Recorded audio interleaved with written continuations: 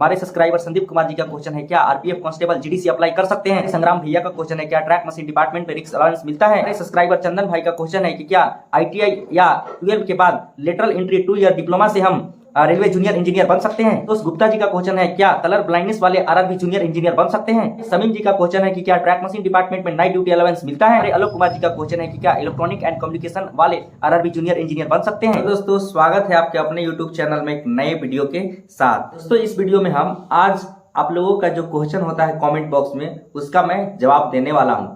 तो दोस्तों क्या है कि क्वेश्चन आपका जवाब हमारा।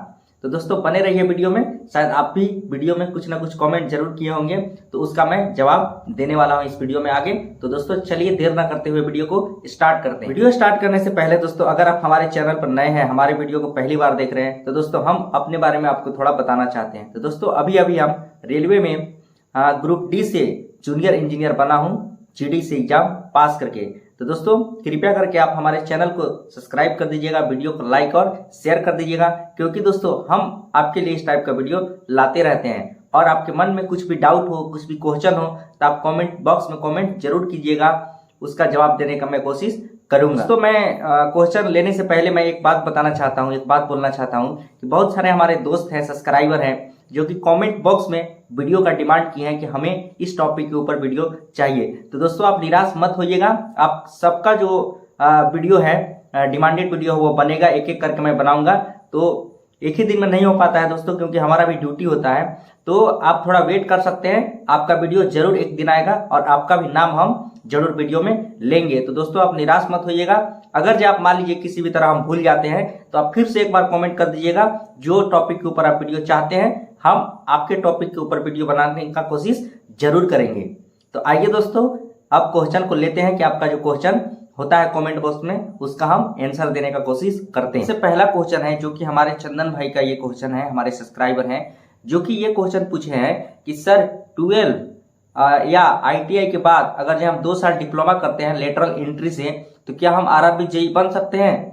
तो दोस्तों मैं ये कहना चाहूंगा कि बिल्कुल आप आरआरबी जेई बन सकते हैं, बस डिप्लोमा आपके पास होना चाहिए। लेकिन क्या है दोस्तों कि 12 के बाद 3 साल लगता है डिप्लोमा में। 12 के बाद अगर जब आप आईटीआई किए रहेंगे तो 2 साल में हो जाता है, लेकिन अगर जब आप 12 करते हैं फिर भी आपको डिप्लोमा करने में 3 साल लगेगा। 12 का लगभग कोई वैल्यू टेक्निकल डिग्री में नहीं होता है, आपको फिर से मतलब 3 साल करना पड़ेगा। काहे कि मेरे साथ भी बहुत सारे 12 वाले स्टूडेंट आए थे, उनको भी 3 साल करना पड़ा था। लेकिन अगर जब आप आईटीआई करके आते हैं तो आपका 2 साल में डिप्लोमा कंप्लीट हो जाता है। तो दोस्तों क्या है कि अगर जब आप आईटीआई करके आते हैं तो 2 साल में डिप्लोमा कंप्लीट होता है, आप रेलवे में जूनियर इंजीनियर बन सकते हैं।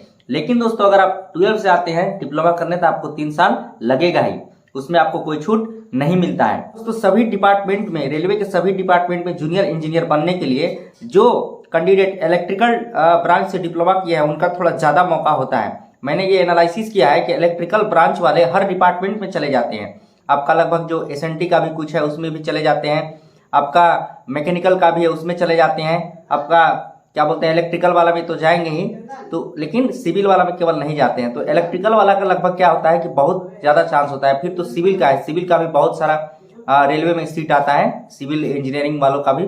फिर दोस्तों मैकेनिकल होता है, फिर आपका एसएनटी में इलेक्ट्रॉनिक एंड कम्युनिकेशन का भी सीट होता है। तो इलेक्ट्रिकल वालों को हमारे हिसाब से ज्यादा मतलब सभी डिपार्टमेंट में जाते हैं। एक हमारे सब्सक्राइबर है संदीप कुमार जी, उनका क्वेश्चन है कि क्या आरपीएफ वाले जीडीसी एग्जाम को अप्लाई कर सकते हैं, मतलब रेलवे का जैसे जेई का आया।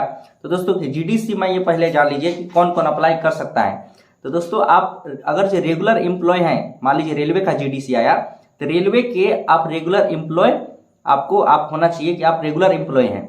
और प्लस में क्या है कि आप लोअर ग्रेड में हो और अपर ग्रेड का आया, जिसे आप मान लीजिए 1800 ग्रेड पे में काम कर रहे हैं, 1900 ग्रेड पे में काम कर रहे हैं, और आपका 2800 ग्रेड का 4200 ग्रेड का जीडीसी का वैकेंसी आता है, तो उसमें आप अप्लाई कर सकते हैं। यानी कि बराबर वाले में नहीं कर सकते हैं, उससे जो ज्यादा होता है हाई, उसमें आप अप्लाई करेंगे तो आप अप्लाई कर सकते हैं। मतलब आरपीएफ वाला भी मतलब आप क्या रेगुलर एम्प्लॉय होना चाहिए रेलवे का, तो आप अपने से हायर ग्रेड पे का जो आता है वैकेंसी उसमें आप अप्लाई कर सकते हैं। ये भी एक हमारे पास क्वेश्चन आया था कि जीडीसी कितने दिन जॉब करने के बाद, कितना जॉब एक्सपीरियंस के बाद हम अप्लाई कर सकते हैं।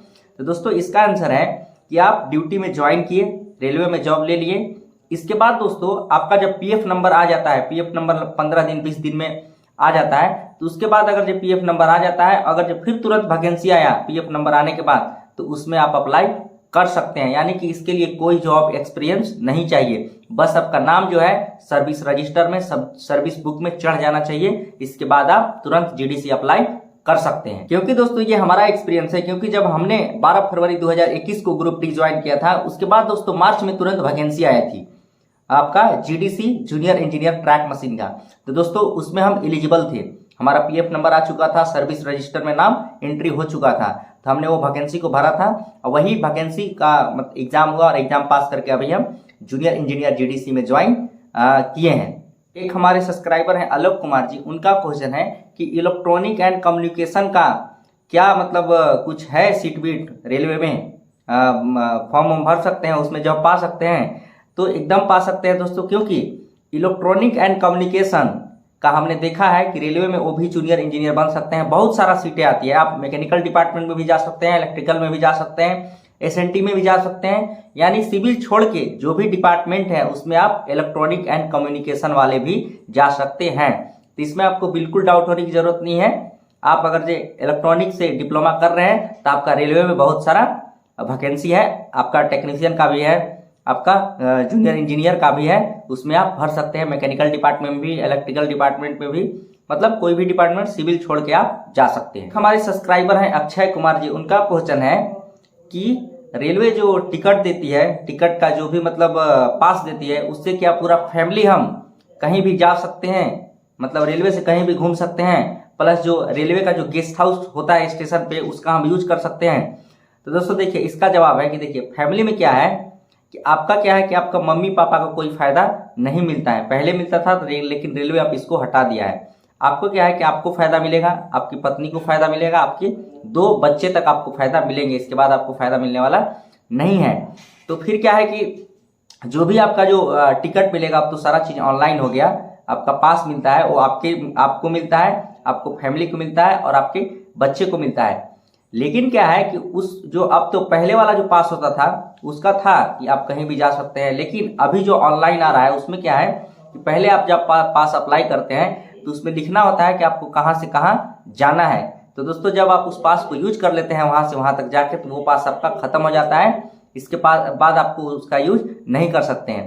तो इसी प्रकार से जो होता है आपका 3 पीटीओ मिलता है और एक एसी का आपको मिलता है, एसी का टिकट मिलता है, मतलब एसी का आपको पास मिलता है, उससे आप जा सकते हैं और वो आपको बच्चे को मिलेंगे, आपको परिवार को मिलेंगे और आपको मिलेगा, इसके अलावा किसी को नहीं मिलता है। और फिर रहा गेस्ट हाउस की, जैसे हम कहीं घूमने जा रहे हैं तो दोस्तों देखिए गेस्ट हाउस जो है वो ऑन ड्यूटी जो स्टाफ होते हैं उनके लिए होता है। अगर आप ऑन ड्यूटी में नहीं है तो आप जनरल आदमी की तरह काउंट किए जाएंगे। आप ड्यूटी में होते हैं तब वो गेस्ट हाउस को यूज कर सकते हैं, अगर आप ड्यूटी में नहीं है तो उस गेस्ट हाउस को यूज नहीं कर सकते हैं, आप एक जनरल आदमी की तरह हुए।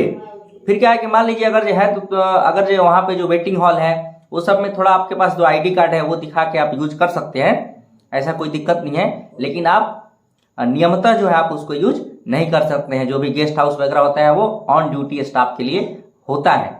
एक हमारे सब्सक्राइबर है निकेश राजपूत, उन्होंने ये क्वेश्चन पूछा है कि हमने 12th के बाद 3 साल गैप किया, इसके बाद हमने डिप्लोमा कंप्लीट किया है मैकेनिकल ब्रांच से, तो क्या हमको रेलवे में कोई दिक्कत होने वाला है जॉब लेने में, रेलवे जूनियर इंजीनियर बनने में?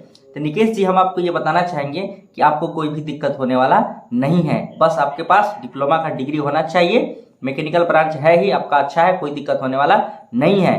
लेकिन आप जब मतलब ज्वाइन करने आते हैं रेलवे जूनियर इंजीनियर में, तो जो लास्ट क्वालिफिकेशन है उसका आपके पास टीसी होना चाहिए। टीसी होता है ट्रांसफॉर्मेशन सर्टिफिकेट जो होता है, जिसको लिविंग सर्टिफिकेट भी बोलते हैं, मतलब कॉलेज छोड़ने का नाम कटवाने समय जो मिलता है वो होना चाहिए आपके पास, बाकी कोई दिक्कत होने वाला नहीं है। बहुत सारे दोस्तों का हमारा कॉमन क्वेश्चन रहता है कि जीडीसी में जो एग्जाम होता है वो कितना एग्जाम होता है, क्या 2 एग्जाम होता है, CBT 1 CBT 2?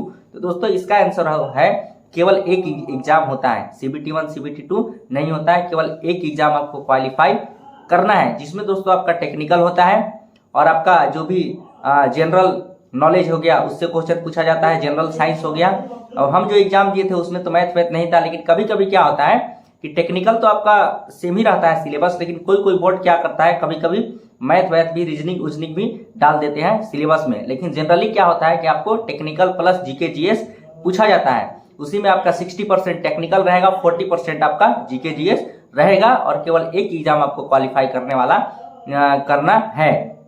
तो दोस्तों अगर आप ग्रुप डी में भी आते हैं तो आपको टेंशन लेने की जरूरत नहीं है। अगर आपके पास डिग्री है, क्वालिफिकेशन है, नॉलेज है तो आप एग्जाम पास करके जूनियर इंजीनियर बन सकते हैं, कोई दिक्कत होने वाला नहीं। एक हमारे संग्राम भैया का क्वेश्चन है कि वो ये पूछे हैं कि ट्रैक मशीन डिपार्टमेंट में रिस्क अलाउंस मिलता है क्या? हमारा आंसर है कि ट्रैक मशीन जो डिपार्टमेंट होता है उसमें रिस्क अलाउंस नहीं मिलता है।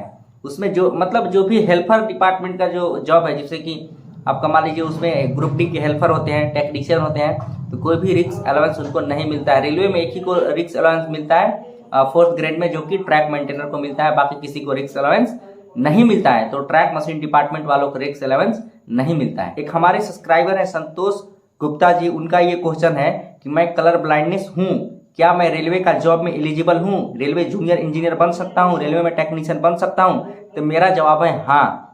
जो रेलवे का जो C1 मेडिकल होता है उसमें कलर ब्लाइंडनेस अलाउ है, उसमें कलर ब्लाइंडनेस चेकअप ही नहीं होता है मेडिकल में। तो उसमें क्या है दोस्तों कि आप रेलवे का जो कुछ डिपार्टमेंट है, जैसे आपका वर्कशॉप हो गया, आपका इंजीनियरिंग एंड ड्राइंग का जो ड्राइंग एंड एस्टिमेशन का जो डिपार्टमेंट होता है, आपका हॉस्पिटल अटेंडेंस होता है, ये सब में आप ज्वाइन कर सकते हैं। जो टेक्नीशियन होते हैं वर्कशॉप में, हेल्पर होते हैं वर्कशॉप में, उसमें आप ज्वाइन, यानी कि C1 मेडिकल का जो भी जॉब है उसमें आप एलिजिबल हैं। आप क्लर्क भी बन सकते हैं, जूनियर इंजीनियर का भी बहुत सारा पोस्ट है। इससे रिलेटेड हमारा एक वीडियो चैनल पर अलग से पड़ा हुआ है कि कौन कौन से जूनियर इंजीनियर का डिपार्टमेंट है जिसमें कलर ब्लाइंडनेस वाले भी अलाउ हैं। तो आप चैनल विजिट करके उस वीडियो को देख सकते हैं। हमारे सब्सक्राइबर हैं समीम, उनका चैनल है समीम टेक्नीशियन, उन्होंने कमेंट किया है कि क्या ट्रैक मशीन में नाइट ड्यूटी अलाउंस मिलता है? तो बिल्कुल मिलता है दोस्तों। अगर आपकी ड्यूटी नाइट में लगती है, मशीन नाइट में काम करती है, तो आपको नाइट अलाउंस पक्का मिलेगा, इसमें आपको डाउट करने की जरूरत नहीं है। तो ठीक है दोस्तों, इस वीडियो में इतना ही। अगर जो आपके मन में भी किसी भी प्रकार का कोई डाउट है, कोई क्वेश्चन है, तो आप कमेंट बॉक्स में कमेंट जरूर करें, हम उसका जवाब देने का, उसके ऊपर वीडियो बनाने का जरूर कोशिश करेंगे। अगर दोस्तों मान लीजिए किसी भी तरह हम जवाब नहीं दे पाते हैं तो आप निराश मत होइएगा, हमको माफ कीजिएगा, क्योंकि हम कभी ना कभी उसका जवाब जरूर देंगे। आप वेट कीजिएगा। अगर जो मान लीजिए हम भूल जाते हैं, आप दोबारा कमेंट कर सकते हैं, क्योंकि दोस्तों बहुत सारे दोस्तों का हमारा कमेंट आते रहता है, जिससे क्या है कि कभी कभी माइंड से उतर जाता है, हम नहीं देख पाते हैं, काफी नीचे चला जाता है। तो आप दोबारा कमेंट कर सकते हैं, लेकिन निराश आपको नहीं होना है। हम आपका क्वेश्चन का जवाब जरूर देंगे, या तो कमेंट बॉक्स में देंगे या तो वीडियो बना के देंगे, लेकिन जरूर देंगे। और क्या है कि बहुत सारे दोस्तों का कमेंट आता है, तो हम क्या करेंगे कि 10-10 क्वेश्चन का डेली वीडियो बनाने का कोशिश करेंगे। तो ठीक है दोस्तों, अगर अभी तक भी आप हमारे चैनल को सब्सक्राइब नहीं किए हैं तो सब्सक्राइब कर दीजिएगा, वीडियो को लाइक और शेयर कर दीजिएगा। और दोस्तों आप ठीक है, मिलते हैं नेक्स्ट वीडियो में, तब तक के लिए जय हिंद।